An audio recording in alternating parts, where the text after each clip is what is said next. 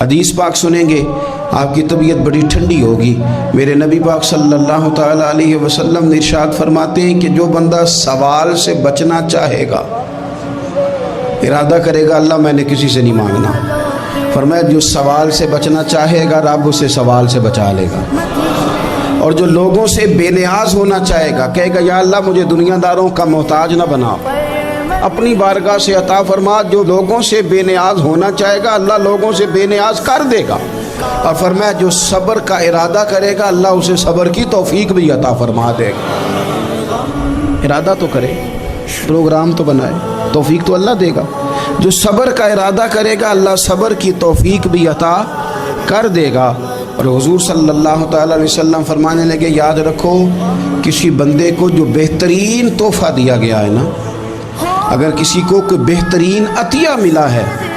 تو پھر اللہ تعالیٰ نے اسے صبر عطا فرمایا ہے۔ یہ بہترین تحفہ ہے، اس سے زندگی سنور جاتی ہے، اس سے انسان باوقار اور مطمئن ہو جاتا ہے، اس سے اس کے شب و روز آسانی سے بیتتے ہیں، وہ دنیا کی پک ڈنڈیوں سے آسانی سے گزر کے اللہ کی بارگاہ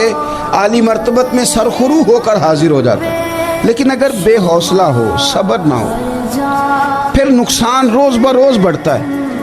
اور پھر میرے رسول پاک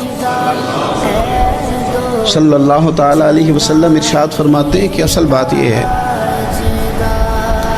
کہ اللہ تعالیٰ نہ کسی بندے کا درجہ بلند کرنے کا ارادہ فرماتا ہے، لیکن اس کے اعمال اس طرح کے نہیں ہوتے کہ اس کا درجہ بلند کیا جائے۔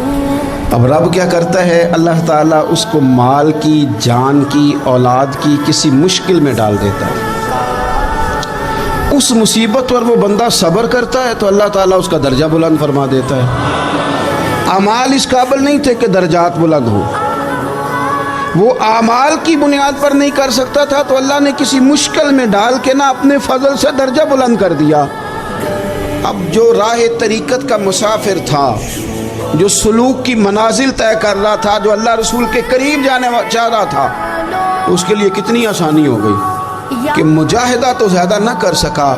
کثرت سے نفلی صوم و صلات کا بندوبست تو نہ کر سکا، تھوڑا سا صبر کیا، رب نے اپنا اور اپنے محبوب کا قرب عطا فرما دیا۔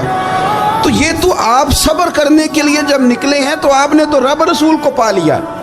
یہ صبر تو وہ والا سفر ہے جس کی جو منزل ہے وہ اللہ رسول کا قرب ہے۔ ہم لوگ تھوڑی تھوڑی باتوں میں حوصلہ ہار جاتے ہیں، صبر چھوڑ جاتے ہیں، پریشانی بڑھ جاتی ہے، پتہ نہیں ایسے محسوس ہوتا ہے کہ جیسے یہی بندہ دنیا کا سب سے دکھی بندہ ہے۔